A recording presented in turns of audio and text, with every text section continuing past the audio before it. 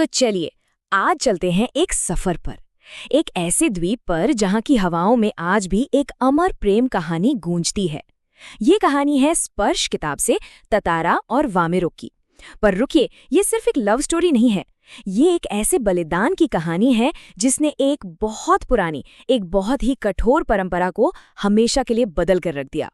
तो चलिए इस कहानी के हर पहलू को करीब से समझते हैं। और इस कहानी को हम तक पहुंचाया है लेखक लीलाधर मंडलोई जी ने। उन्होंने इस प्राचीन आदिवासी कथा को अपनी कलम से ऐसा संवारा कि आज हम सबके दिलों को छू रही है।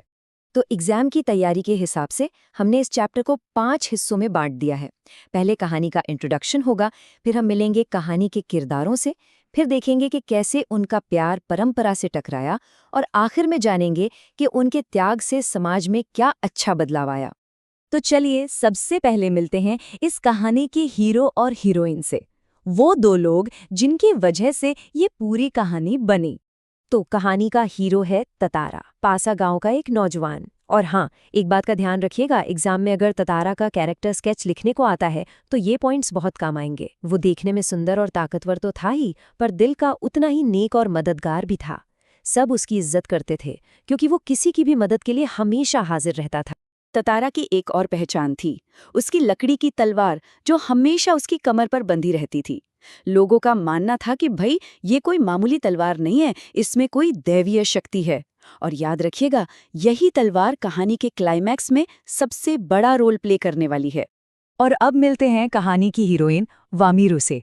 वो लपाती गांव की रहने वाली थी और उसकी सबसे बड़ी खासियत उसकी आवाज। जी हाँ, वो इतना सुरीला गाती थी कि सुनने वाला बस खो जाता था, और इसी आवाज ने इस पूरी प्रेम कहानी की नींव रखी थी। तो अब आते हैं कहानी के असली मुद्दे पर, वो हिस्सा जहां दो लोगों का प्यार समाज के बनाए एक कठोर नियम से टकराता है, और यहीं से शुरू होता है असली संघर्ष। तो हुआ यूं कि एक शाम ततारा समंदर किनारे टहल रहा था कि अचानक उसके कानों में एक बहुत ही मीठी आवाज पड़ी। वो आवाज के पीछे पीछे गया तो देखा एक लड़की गाना गा रही है, और वो थी वामिरो। ततारा तो उसकी आवाज में जैसे खो ही गया। तभी एक लहर आई और वामिरो को भिगो गई, जिससे उसका गाना रुक गया। ततारा ने उससे बार बार मिन्नतें की कि वो अपना गाना पूरा करे, लेकिन उनके प्यार के बीच में एक बहुत बड़ी दीवार थी, एक सामाजिक नियम। ततारा था पासा गांव का और वामिरो थी लपाती गांव की। और उस जमाने की परंपरा ये थी कि कोई भी लड़का या लड़की अपने गांव से बाहर शादी नहीं कर सकता था, मतलब दूसरे गांव में रिश्ता करना सख्त मना था। पर इस नियम के होते हुए भी दोनों रोज शाम को उसी जगह छिप छिप कर मिलने लगे। वो ज्यादातर चुप रहते थे, बस एक दूसरे को देखते रहते। उनका ये मूक प्रेम और भी गहरा होता गया, और जल्द ही उनके मिलने की बातें पूरे इलाके में फैलने लगीं। अब कहानी अपने सबसे ड्रामेटिक, सबसे इमोशनल मोड़ पर पहुंचती है। एक ऐसा मोड़ जहां एक प्रेम कहानी एक बड़ी त्रासदी में बदल जाती है। हुआ ये कि पासा गांव में एक मेला लगा था, पशु पर्व। वहां ततारा की आंखें बस वामिरो को ही ढूंढ रही थीं। जैसे ही वामिरो ने उसे देखा, वो रोने लगी, और ठीक उसी वक्त वामिरो की माँ ने दोनों को देख लिया। बस वो तो आग बबूला हो गई, और उन्होंने गांव वालों के सामने ततारा की बहुत बेइज्जती की। सबके सामने हुआ ये अपमान ततारा से सहा नहीं गया। उसे बहुत गुस्सा आया। गुस्सा उस बेकार की परंपरा पर और अपनी बेबसी पर कि वो अपने प्यार के लिए कुछ भी नहीं कर पा रहा था।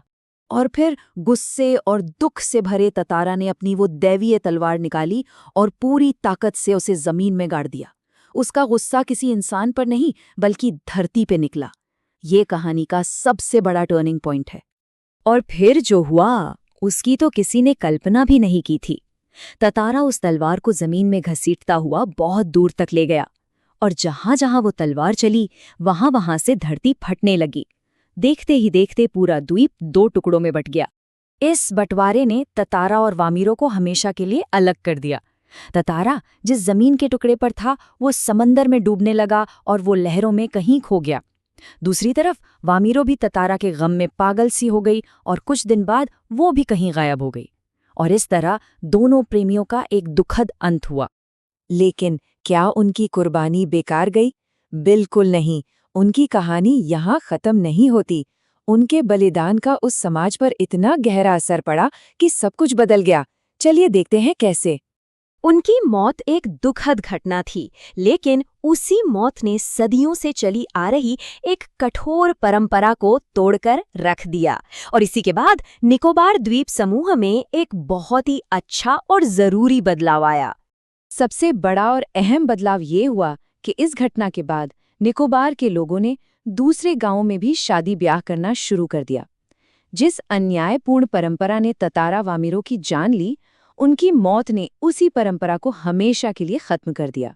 और आखिर में ये कहानी हमें आपकी किताब के ही एक बहुत गहरे सवाल पर लाकर छोड़ देती है कि जब रूढ़ियां यानी पुरानी परंपराएं बंधन बनकर बोझ लगने लगे, तब उनका टूट जाना ही अच्छा है। क्यों? ये कहानी हमें सिखाती है कि प्यार और इंसानियत किसी भी परंपरा से कई ज्यादा बड़े होते हैं।